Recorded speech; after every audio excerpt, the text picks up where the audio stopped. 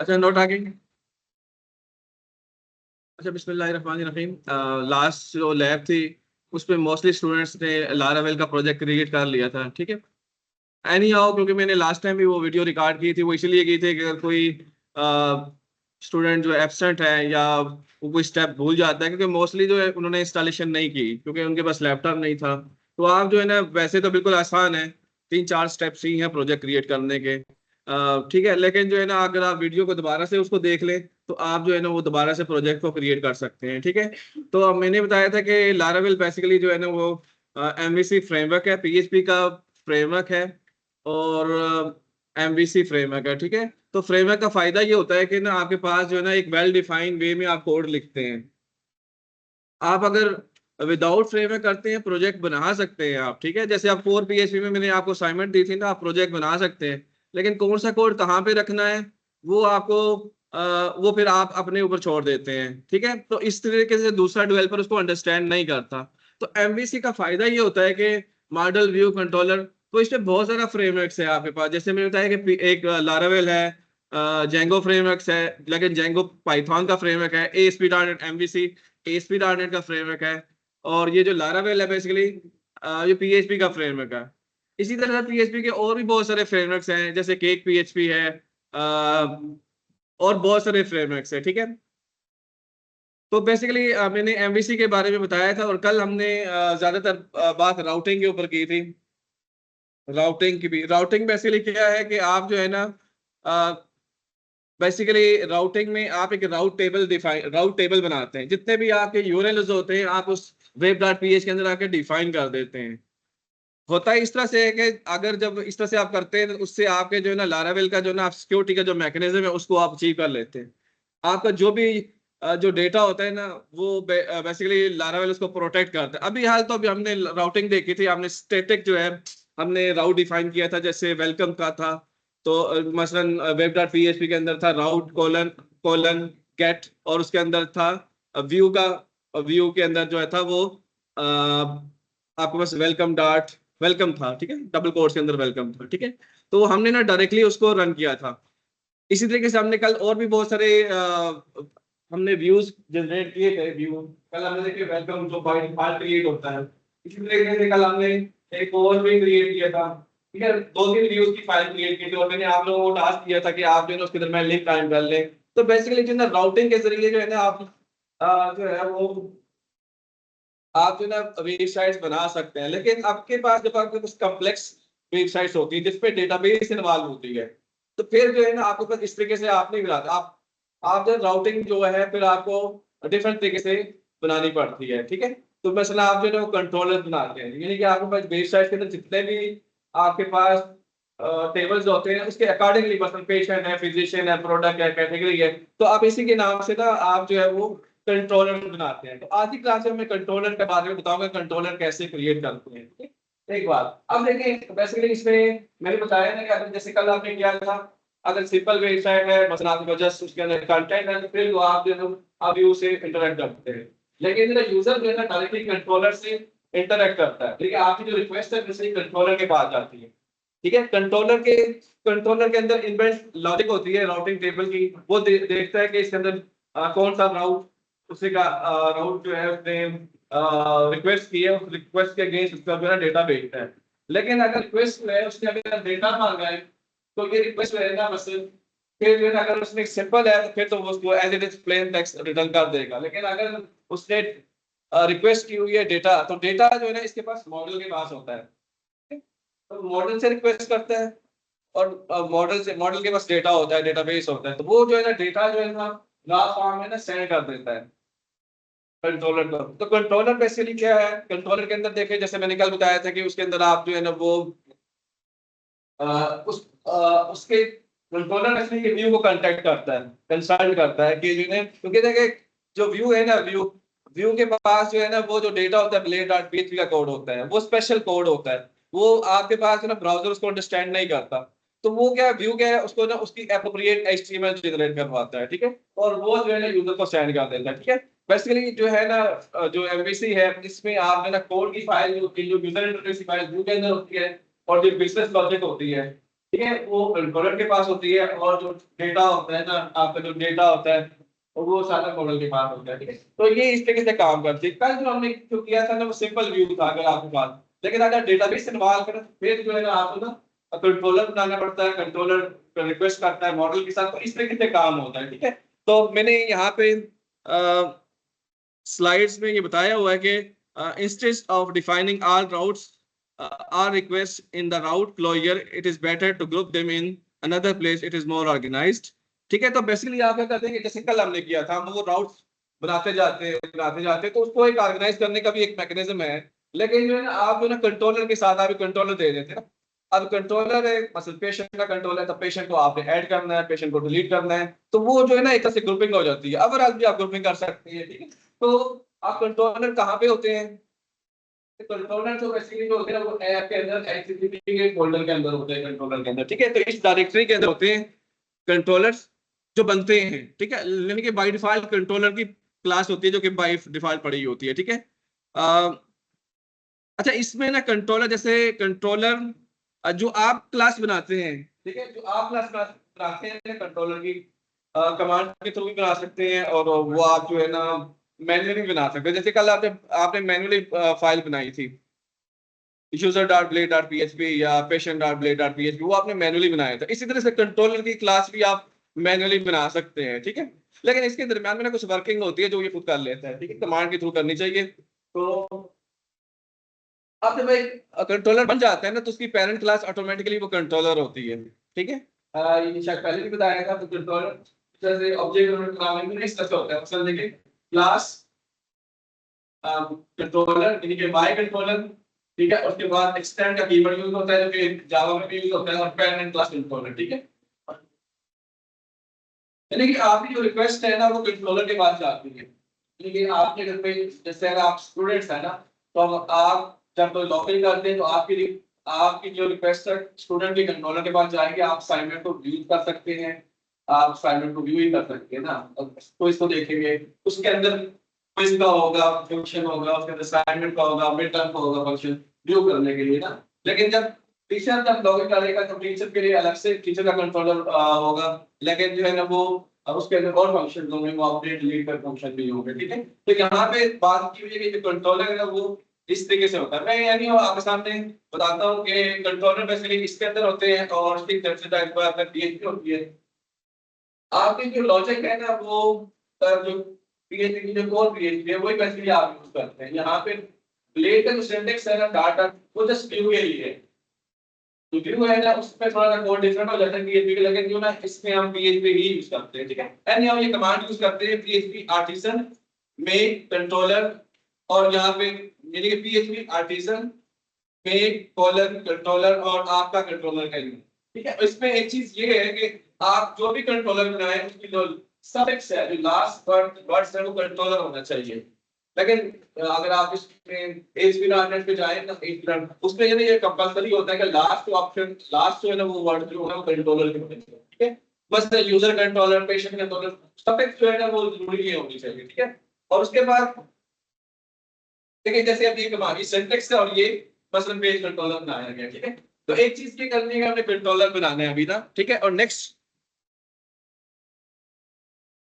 इसकी overall working जो है नेक्स्ट स्लाइड में बताएगी कि सबसे पहले आप जो है ना कंट्रोलर दो तरीके से बना सकते हैं ना, एक कमांड के थ्रू जो मैंने भी बताया, दूसरा मैन्युअली भी बना सकते हैं, ठीक है। मैन्युअली जब करते हैं ना थोड़ी सी मिस्टेक्स वगैरह हो जाती है, तो इसलिए ना कमांड्स के थ्रू आप कर ले तो ज्यादा बेहतर है, ठीक है। तो सबसे पहले आपने अच्छा मैन्युअली करते हैं तो फिर आपको कोड भी फिर मैन्युअली करना पड़ता है। मतलब कंट्रोल जैसे आपने blade.php की तो उसके अंदर कोड आपने खुद लिखा था ना, लेकिन जब आप कमांड के थ्रू करते हैं ना तो फिर ऑटोमेटिकली कोड लिखा जाता है। ये लिखे इसके अलावा आपने कमांड में ऊपर वाले php आर्टिसन मेक कंट्रोलर, ठीक है, उसके बाद ये कोड ऑटोमेटिकली लिखा जाएगा। ये वाला नहीं, फंक्शन नहीं लिखा जाएगा, फंक्शन आपको खुद से लिखना है, ठीक है। उसके बाद अराउंड से डिफाइन हो जाता है, अराउंड शायद ना डिफाइन होता हो, लेकिन ये फर्स्ट स्टेप ये है कि आपने क्या करना है कि उसका ना राउट डिफाइन करना, ये ऑटोमेटिकली हो जाएगा। फर्स्ट स्टेप ये है कि आपने ना उसका राउट डिफाइन करना है। अब इसका राउट जो है ना आपने कैसे करना है, सबसे पहले उसकी नेम स्पेस ऐड करनी है, क्योंकि ये जो यूजर कंट्रोलर जो आपने ऊपर देखिए, यूजर कंट्रोलर आपने जो क्रिएट किया है, इस web.php की फाइल के अंदर राउट होते हैं ना, web.php की फाइल के अंदर आप राउट बनाते हैं, तो ये जो है ना आपने सबसे पहले ऊपर नेम स्पेस ऐड करनी है। यहाँ पे नेम स्पेस नहीं होती, इसका कोड लिखना पड़ता है यूज, ये देखिए आप कंट्रोलर जो है ना इसके अंदर होते हैं ना, कंट्रोलर के अंदर, ठीक है, ठीक है, HTTP कंट्रोलर के अंदर, ठीक है, नहीं आपको तो मेमोराइज हो जाएगा उसके अंदर कंट्रोल, और लास्ट में PHP नहीं देना, ठीक है। उसके बाद आपने इसका राउट डिफाइन करना है। राउट, कल हमने जो राउट डिफाइन किया था वो डिफरेंट था, वो देखिए सिंपल था बिल्कुल। उसके अब यहाँ पे जो है ना ये पार्ट, तो पहला तो यूआरएल देना है, दूसरा वो पहला पैरामीटर यूआरएल, ठीक है, बस आप ब्राउजर में ये टाइप करेंगे यूजर। और सेकंड पैरामीटर कल हमने बताया था कि जो है ना वो उस तरीके के जो पेज आप ओपन करना चाह रहे हैं ना उसके अकॉर्डिंगली, जो जैसे ठीक है। अब यहाँ पे देखिए क्या लिखा हुआ है कि आपने ना एरे पास कर रहे हैं, एरे के अंदर ना आप कह रहे हैं कि जो यूजर कंट्रोलर है उसकी क्लास इस तरीके से आपको लिखनी पड़ेगी सिंटैक्स, यानी कि आपने जो भी क्लास बनाई हो, आपने ये क्लास जो है वो तो कीवर्ड है, और ये आपका अपना चॉइस है जो आपने वहां पे क्रिएट किया होगा, ठीक है।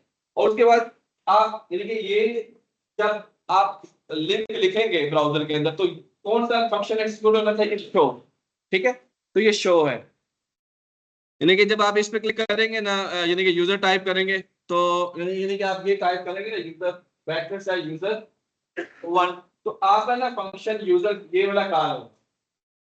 अब यहाँ पे देखिए हमने कल हमने किया था यहाँ से डायरेक्ट आप, लेकिन जब आप यहाँ से आप डायरेक्ट व्यू अगर नहीं लिखते हैं, रिटर्न जस्ट रिटर्न स्ट्रिंग कर देते हैं, तो वो भी हो जाएगी। लेकिन जब आप यहाँ पे व्यू लिखते हैं तो ये कंसर्न करता है व्यू के फोल्डर के अंदर, और उसके अंदर जाके देखता है कि यूजर के अंदर, यूजर फोल्डर के अंदर प्रोफाइल है या डायरेक्टली आप प्रोफाइल कर लें, ठीक है, देखिए प्रोफाइल का play.php का पेज है कि नहीं, ठीक है, तो इस तरह से काम होता है, ठीक है, तो ये हमने अभी करना है, ठीक है।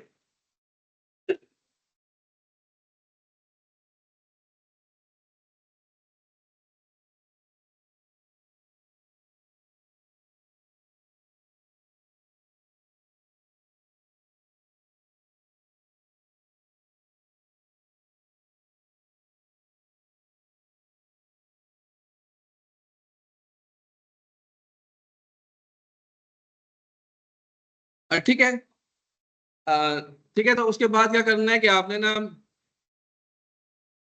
जो कंट्रोलर है ना, बस ना आपने ना लोड करना है ना, लोड का मतलब ये है कि जैसे वो शो था ना, शो आई थिंक शो था प्रीवियसली ना, तो पार्स देखते हैं।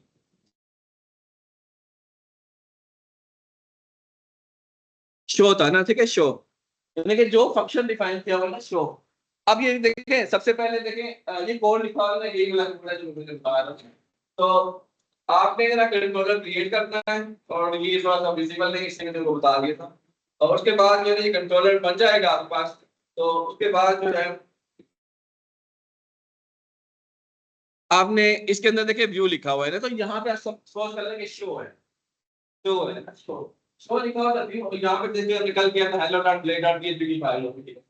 तो उस नेक्स्ट स्टेप ये है कि आपने ना राउट डिफाइन करना। फर्स्ट स्टेप आपने कमांड करनी है, सेकंड स्टेप में वो है कि आपने कंट्रोलर के अंदर वो कोई भी फंक्शन आप लिखना चाहें तो लिख लें, ठीक है। और थर्ड स्टेप ये है कि आपने राउट डिफाइन करना है, ठीक है।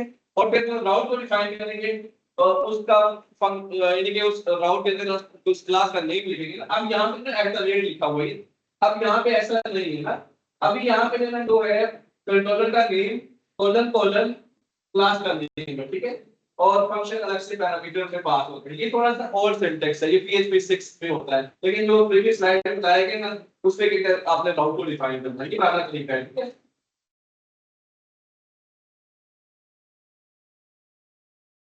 अच्छा, इसी तरीके से आप डेटा भी पास कर सकते हैं।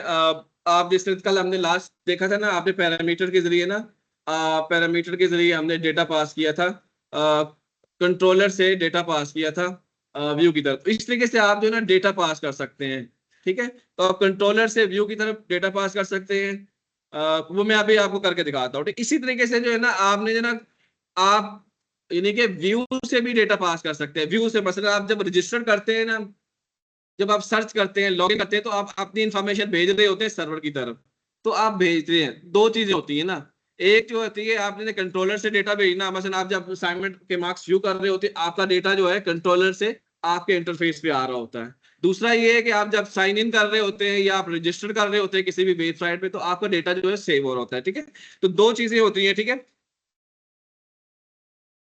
ठीक है, तो मैं आपके सामने ये कमांड रन करता हूँ। सबसे पहले देखिए, जो कल वाला जो प्रोजेक्ट है ना, उसी को हम यूटिलाइज करते हैं। CMD और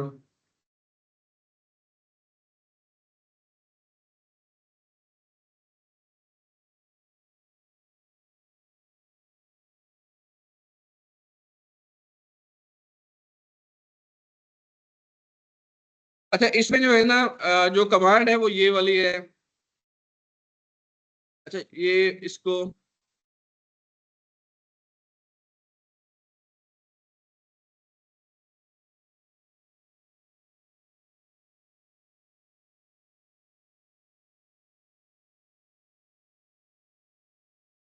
आपने ना ये वाली कमांड रन करनी है। ठीक है, अगर ये कॉपी करेंगे तो स्पेशल ट्रैक्शन क्या आ जाएगा, तो इसको रिमूव करना है। ठीक है, तो कंट्रोलर बनाना है। अब देखिए, मैंने बताया कि कंट्रोलर को मैन्युअली भी बना सकते हैं, और आप इस कमांड के थ्रू बना लेना, तो फिर आपको वो कोड नहीं लिखना पड़ेगा। ठीक है, तो मैं एज इट इज यहाँ पे देखिए कंट्रोल C करता हूँ, और यहाँ पे मैं जो है ना,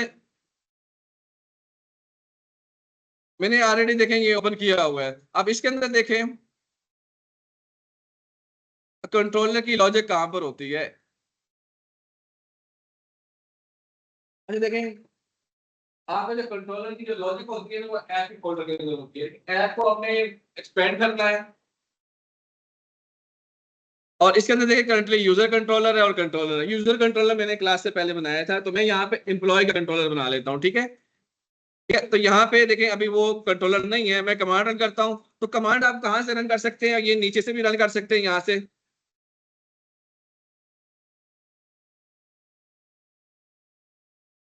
ठीक है, मैं यहाँ पे पेस्ट कर देता हूँ, क्योंकि मेरा ये यूआरएल बहुत बड़ा है, तो इसलिए जो है ना यहाँ पे चलिए नजर आ रही है ना, तो मैं यहाँ पे यूजर नहीं कर लेता, मैं यहाँ पे एम्प्लॉय कर लेता हूँ।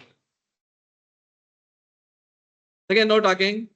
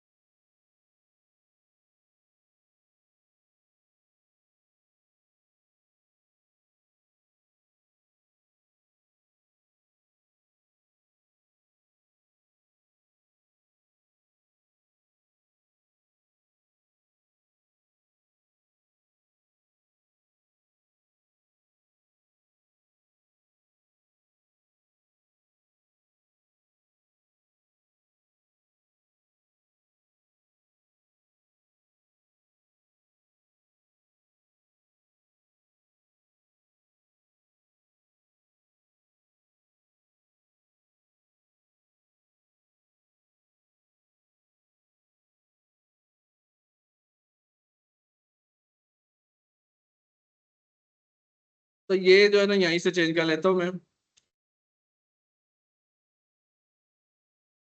ठीक है, एम्प्लॉय का कंट्रोलर है कंट्रोल C, और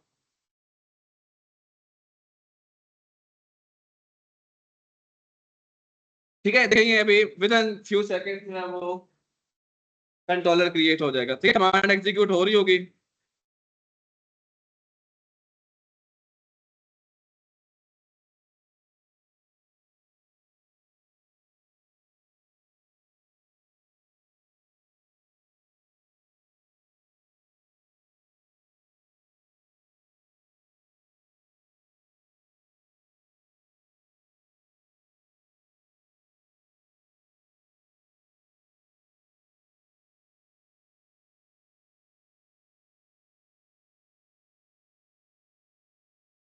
ये देखिए मैसेज अभी आ जाएगा, ये देखिए मैसेज आ गया, नो टॉकिंग। ठीक है, देखिए कंट्रोलर सक्सेसफुली क्रिएटेड। आपने क्या करना है कि यहाँ पे जाना है, और एम्प्लॉय कंट्रोलर क्रिएट हो गया। ठीक है, स्टेप 1 क्या है, कमांड रन कर लिए। स्टेप 2 मैंने बताना है कि इसके साथ में फंक्शन लिखते हैं। ठीक है, फंक्शन में अभी लिखता हूँ।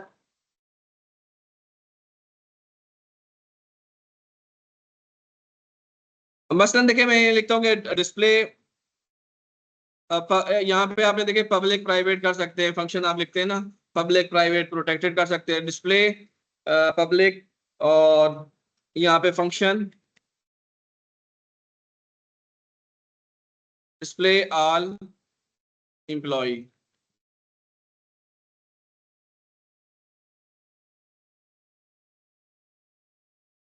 ठीक है, तो यहाँ पे ना मैं डायरेक्टली यहीं से रिटर्न कर देता हूँ, रिटर्न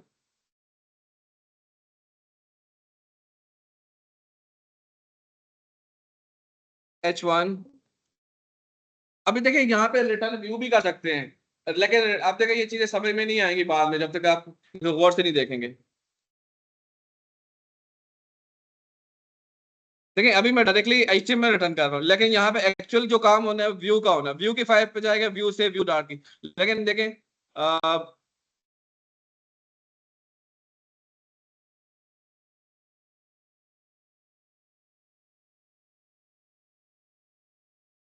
ठीक है, तो ये मैं करता हूँ। अब देखिए मैंने एक फंक्शन लिख लिया, अभी मैं क्या, थर्ड स्टेप क्या है, राउट डिफाइन करना है। थर्ड स्टेप ये है राउट डिफाइन करना है, लेकिन राउट डिफाइन करने से पहले आपने कहाँ पे जाना है, वेब डॉट पीएचपी के अंदर जाना है। ठीक है, तो यहाँ पे जो है ना आपने क्या करना है कि यहाँ पे आपने लिखना है कि यूज ऐप, आपने ना वो जैसे नए पेज का उसको इंक्लूड करना है, जो कंट्रोलर आपने बनाया है उसको इंक्लूड करना है। HTTP फॉरवर्ड स्लैश कंट्रोलर, अरे यहाँ पे जो है ना वो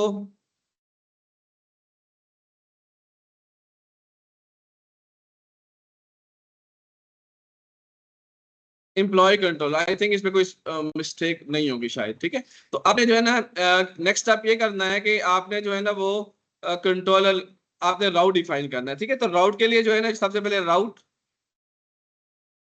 और फिर कोलन कोलन, उसके बाद आपने गेट लिखना है, और इसका फर्स्ट पैरामीटर आपने क्या लिखना है, कोई भी लिख ले। यहाँ पे मैं लिख सकता हूँ EMP कर लेता हूँ, ठीक है, एम्प्लॉय कर लेता हूँ। ठीक है, एम्प्लॉय। नेक्स्ट जो है ना आपने एरे पास करनी है, एरे। इसमें जो एरे के अंदर जो फर्स्ट पैरामीटर है वो है आपकी एम्प्लॉय की एरे, एम्प्लॉय कंट्रोलर, और कोलन कोलन आपने क्लास लिखना है। ठीक है, नेक्स्ट जो पैरामीटर है वो क्या लिखना है आपने, अब नेक्स्ट पैरामीटर जो है ना आपका ये वाला होगा। ठीक है, आई थिंक ये सिंगल कोर्स के अंदर है, सिंगल कोर्स के अंदर।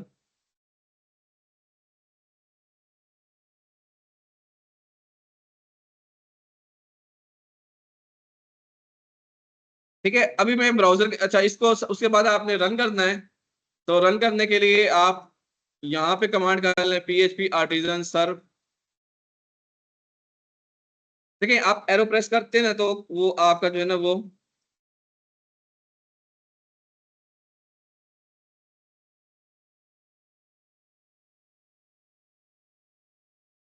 PHP आर्टिजन सर्व।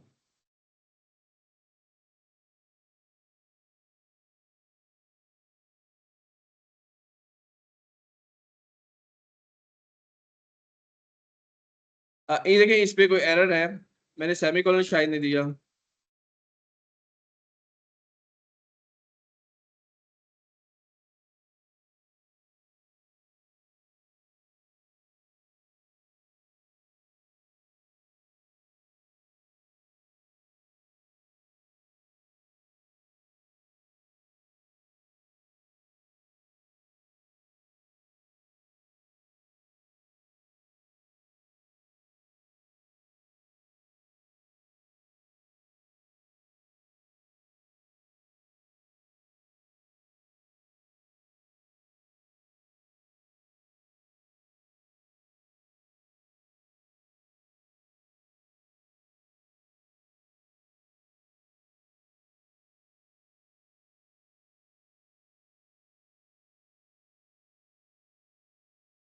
अच्छा, ये ऊपर सेमीकोलन नहीं दिया, असल में देखें इसमें जो है ना एग्जैक्ट एरर नहीं बताता, तो ये ऊपर एरर है तो नीचे में देख रहा हूँ एरर।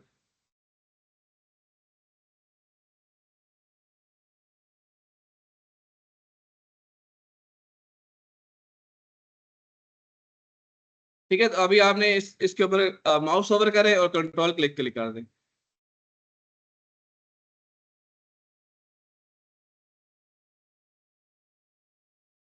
अभी यहाँ पे आपने क्या लिखना है, एम्प्लॉज।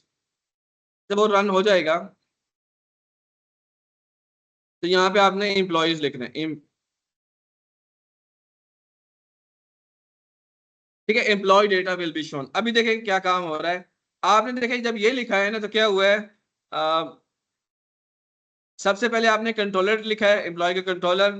ठीक है, कंट्रोलर के अंदर ये फंक्शन एग्जीक्यूट हो रहा है। ठीक है, सेकंड स्टेप मैंने क्या किया कि वेब के अंदर उसका पाथ डिफाइन किया। ठीक है, अभी हमने क्या करना है कि एक चीज और कर लेते हैं कि यहाँ पे देखिए एक्चुअली आपने ये नहीं करते, आप जो है ना डेटा रिटर्न करते हैं। ठीक है, तो आप क्या करते हैं, रिटर्न, रिटर्न, और उसके बाद देखें यहाँ पे व्यू, लोअर केस में व्यू होगा, और यहाँ पे आप उसका नेम लिखते हैं। बस यहाँ पे आप लिखेंगे जी, यहाँ पे डिस्प्ले कर ले, मेरा डिस्प्ले वो कर चुका ना,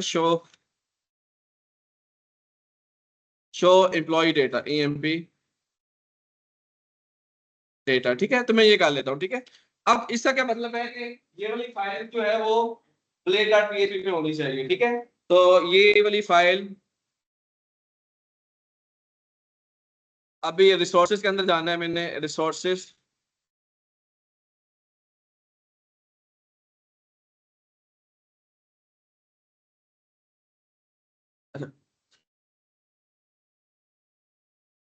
रिसोर्सेज के अंदर व्यू, और यहाँ पे आपने, ठीक है, blade.php। ठीक है, और इसके अंदर आप डमी सा डेटा लिख ले। यहाँ तो आपने जो है ना वो ब्लेड के सिंटेक्स में आपने वो चीजें लिखनी होती है। ठीक है, लेकिन मैं यहाँ पे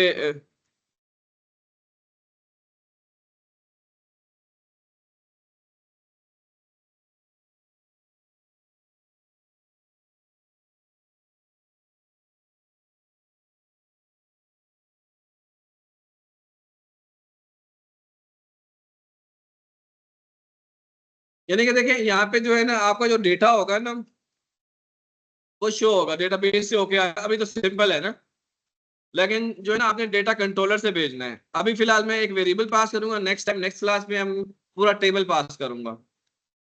ये पूरा टेबल जो है ना इसे पास करूंगा, यहाँ पे आइटरेट करना है ना, लूप हमने इसलिए पढ़े हैं। तो अब इसको चेक करते हैं।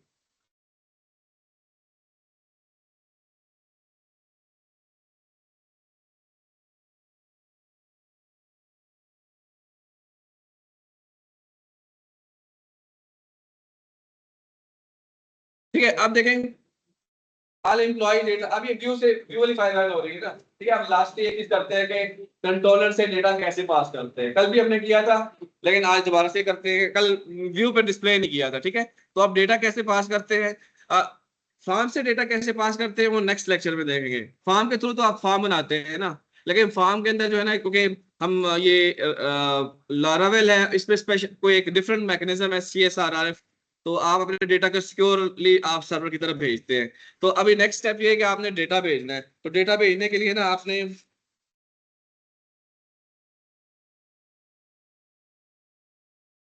आप फर्ज करते हैं ना आपने राउट्स के अंदर जाना है, और मसलन आपने ना यहाँ पे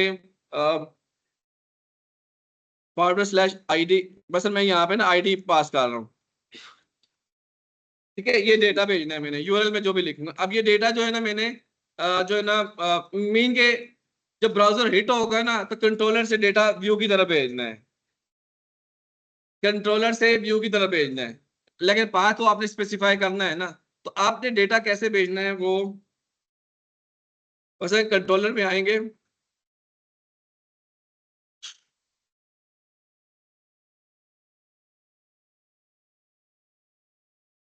आपने कंट्रोलर में आना है, और ये मेथड है, यहाँ पे आप लिखें स्ट्रिंग, यानी कि जो भी आपका जो ब्राउजर है URL से जो जो भी आएगा डेटा, मसलन ID, वो आपने भेजना है व्यू की तरफ। तो व्यू में यहाँ पे भेजेंगे ना, तो व्यू,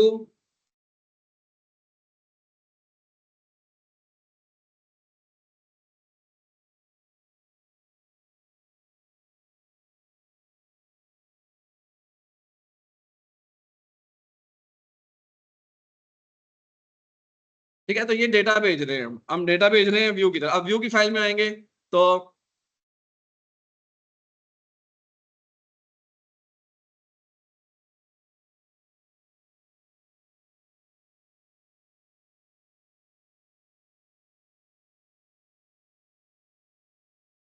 ठीक है, तो आपने इसका ब्लेड का जो सिंटेक्स है यहाँ पे आईडी $आईडी लिखेंगे। ठीक है,